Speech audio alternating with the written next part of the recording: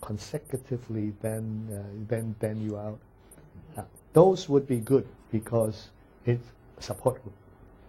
I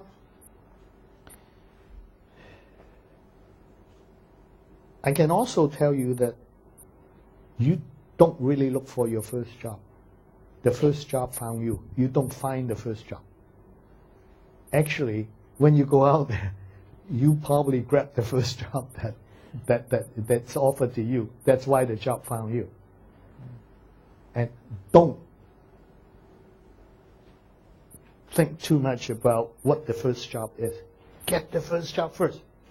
Because you will, eventually, when you look for a job, you will hear this time after time. Sorry, we can't give you a job because you have no working experience. And then you say, well, if you don't give me a job, when I'm going to get my working experience? So that's called the catch-22, right? So if somebody offers you a job, you say, when can I start? Right? Yeah. So get the first job, get some experience. At least it could look good on your paper. And then nobody can say to you again, I can't give you a job because you have no working experience. Yeah. I can hear you. I'm from Shanghai University and Peking University. And in your lecture, the 10 hand sites, you mentioned if you want to control your future, be an entrepreneur, but don't get an MBA. I'm so curious about don't get MBA. Why? You just give the reason very briefly. Yeah. But that's still. You know, MBA teach you all the wrong things for an entrepreneur. For example, they teach you marketing. Marketing requires a lot of money. You have to have like $200,000, $300,000 to launch a marketing campaign, right? For entrepreneur, the most important thing is here. You be able to sell. You have to be able to sell. You have to be a salesman first. If you don't know how to sell, practice how to sell, learn how to sell.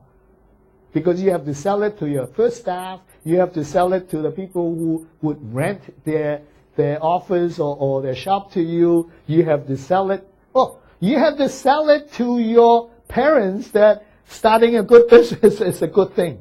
So most important thing is salesmanship. No MBA in the world teach salesmanship as a course. You can look. I challenge you. You go to all the business schools and look down all their programs. They will have marketing for entrepreneurs, marketing for service companies, marketing for brand. They don't teach entrepreneurship. They don't teach salesmanship. They teach you human resource management. But that is if you have 80 people already. When you have you and your partner, when I have me and my secretary, if I have to worry about setting up retirement fund, I'll be dead, right? They teach you team building. They teach you motivation, right? I say, hire people who are self-motivated because you don't have time to motivate them. You don't have time to build the team. You are out there selling and raising money. So all the things that they think, they teach you are for big companies. You need to know all those. Finance. When you have one drawer where you put the money in, next day put it in this drawer and write a check on it, that's all my finance. Right? I didn't have a bookkeeper for the first 6 months because no money to hire a bookkeeper, even a part-time bookkeeper. But they will teach you accounting, they will teach you finance, and also worse, this is worse. They will teach you strategic planning. Right? They will teach you how to write business proposals. I was telling someone, the only one who would invest in you is your grandmother, all right, or your uncle. They don't read the business proposals, business plans. Your plan changes every 2 weeks. By the time you finish writing the business plan, it's already changed. So all those things that are taught in the MBA is good for scaling up or joining a big company. But for a career, for a startup, that doesn't. So I am putting together a book in writing down and say the very basic things for an entrepreneur. Well, for a startup entrepreneur. Thank you very much, Mr. Chong. Yes. Yeah, okay, this is the last question. Yeah. Thank you. Thanks a lot, Mr. Chong, for your insightful presentation. I'm Jackie from the Chinese University of Hong Kong. You mentioned about living one's life on purpose. Could you share with us, first of all, what your life purpose is, and when did you discover your life purpose? And could you give us young teenagers some advice how we can discover our life purpose? Thanks a lot. Right. Okay. I'll tell you my purpose first. I did not actually came to my purpose in life until I finished my second age, because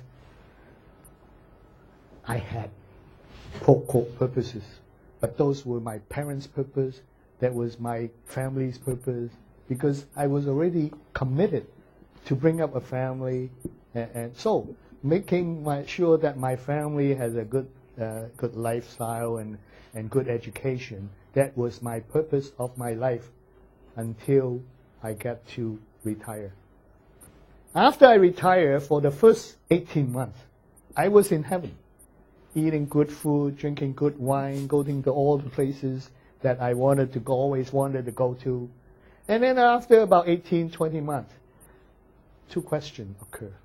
Number one, is this all there is to life? I was only like 53 years old when 58 years old. Is this all there is to life? Because I know, or at least I can count on living until I'm 95. I have 35 years down there. Number two is, now I have the money, I have the time, and I can be anything I want to be. What do I want to be? Right? Then I start writing my journal, right? Asking what do I want to be, and then you can use the same exercise.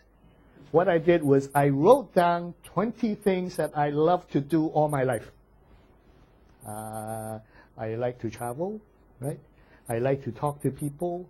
I like to explain things to people. I like to start new ideas. I like to ride on. I like to go on a ship and go around cruising. And that's an example. The only rule is you have to do 20. Even if the last one is, I like to eat Shanghai Wanton, you have to put down 20. Then you throw out the things that really cannot give you a continuous focus. So I had to throw out ice cream, cruising, because I can still cruise once a year, twice a year. I like my family, so I can continue loving my family. Eventually, I get up and say, I am a good entrepreneur, right? I like, and I am very good, I am very interested in life design and management, because I have been living it. And then I like to teach, explain things. It didn't come out I like to teach, but it came out in my list and say I like to explain things. And then the other thing is I like to reflect on things and actually understanding the system behind things. For example, if a lot of us look at the car there'll be a red card.